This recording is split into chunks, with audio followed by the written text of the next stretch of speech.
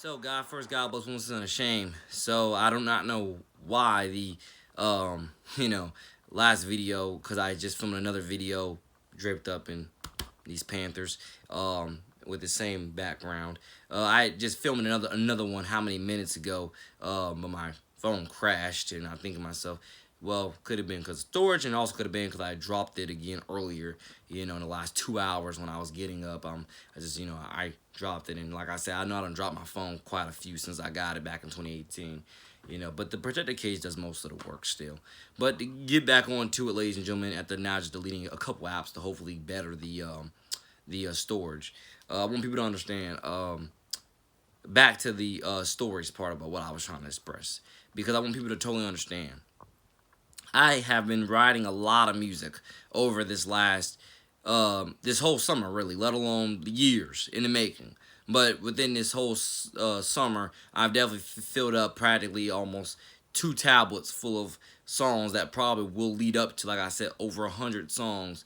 By the time I get done writing, what I'm writing right now, in the tablet that I'm using. And I want people to understand, because I never forget what Hobson said in an old interview about being, a versatile artist. In order to succeed in the industry, you can't just want to write bars. If all you want to do is just write bars, you're never gonna go anywhere, or you're just holding, your label back, your team back, or whatever else. If all you want to do is just write bars, God bless Hobson, Kumbaya, etc. I want people to understand. Absolutely, he's right in that predicament. I want people to totally understand. With me, I love writing bars. I write bars in my sleep. I write bars like a machine, and so on and so on. My grind never stops. I want people to understand. I don't just write bars. I want to, a big part of my career isn't just writing bars and/or trying to get more hands on with making more of my on beats in the future. It has a lot to do because mostly I just been mixing them on GarageBand with loops. But I want people to understand I absolutely can be better at hands on with bass, hands on with a few drums here and there. I can do a little bit of my own, and I'm gonna ease into that with FL Studio eventually. So I want everybody to understand this. I am a versatile artist. I absolutely am not just somebody that I can sit there and just write bars all day, but I do want to go out there and do more of my own marketing promotion. Now, I've already been doing my own marketing promotion for years, but like I say, just get more hands-on with it, than what I've ever done. I totally want to get more hands-on with everything involving the further acceleration of my career for the second half of this year, let alone in 2021, because my top promise for myself, or not promise but a goal, I know that I'm talented enough in music where I can literally become a top 30 artist nationally known. I know I'm talented enough to do it. I know I have if not all the vocals for it, I know I have the lyrics for it. I know I have the rhyme schemes. I know I have the just I know I have what it takes. I know I have the rhymes. I know I have the flows. I know I got the bars. I know I got the competitiveness, the work ethic. Well, you name it, I know I got something for it. But obviously I'm gonna God first try to do it all at my own pace when it comes to going certain places and doing certain things. I'm not gonna show up to every show. I'm not gonna show up to every whatever you were to call it, every event here and there. I gotta put my own personal health and well-being and family's health and well-being into congruence with it. I'm not all about making $1 million. I'm not all about about whatever else you could claim it there.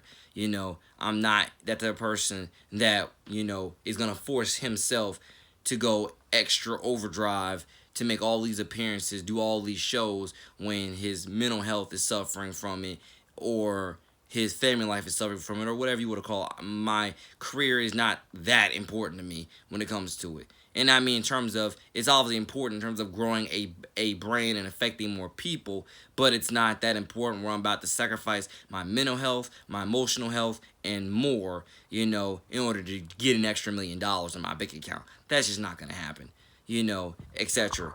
I don't live for money.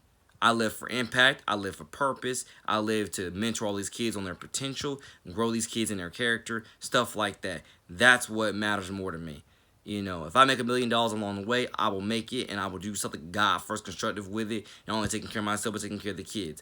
But I do not care about money that much where I'm going to drive myself to complete ostracization where I just faint on stage, you know, etc., etc., for $1 million. That's not worth it, if you were to personally ask me.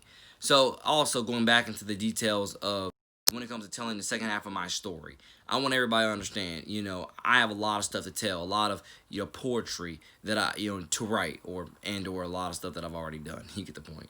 And I want people to understand, you know, especially when it comes to parenting. Here's the thing, I want people to totally understand this. You know, you're not a successful parent because you've ostracized your kid and you refuse to care about their feelings. You're not successful for that. I want a lot of people to understand you are not successful because you've ostracized your kids and don't care about their feelings. You're not successful because you can sit in a bubble and pretend to be right about everything else. I promise you, stop sitting in your own ego to pretend as if that's where God led you. It wasn't. It never was. Etc. It never was. And I want to literally, I have to mention what I said in the last video that didn't get saved on my phone. I have to mention the story. It's in the fact of, you know, this is a celebrity family that I'm about to mention. God bless Willie Robertson and Sadie Robertson.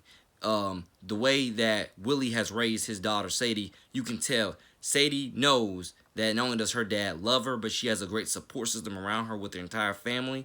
But definitely Sadie knows that her dad did a good job raising her.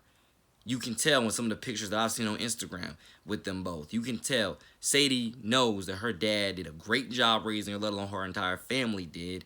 And Sadie knows that. And that's why I want people to understand, it's not hard to do a good job. It takes work like anything else, but it takes work and it takes patience and it takes promise, and you have to want to grow your child's potential and grow yourself in the mix. But it definitely takes, you know, like it takes for any other job. You have to be willing to discipline yourself and sacrifice some of your own to do a better job at it, to do a good job at it. If you're never willing to sacrifice these things, then I promise to God, then, you know, raising your child is gonna be a nightmare for you.